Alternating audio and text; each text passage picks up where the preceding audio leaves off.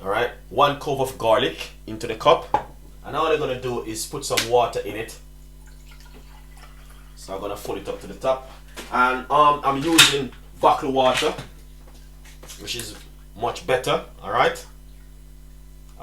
Then I have one more recipe which I want to share with you also. All right. So once you do that, then what you're gonna do is get yourself a lemon, or I got lemon, so you can use lemon. So I'm gonna just cut this lemon into half. All right. So we're gonna get 1 slices of lemon. All right, and we're going to squeeze it out inside of it like this.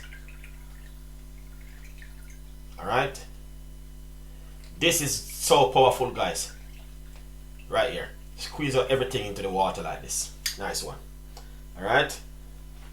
And then what you want to do, you want to leave this for a few minutes, at least 30 seconds, just for the garlic to dissolve into the water with the lemon.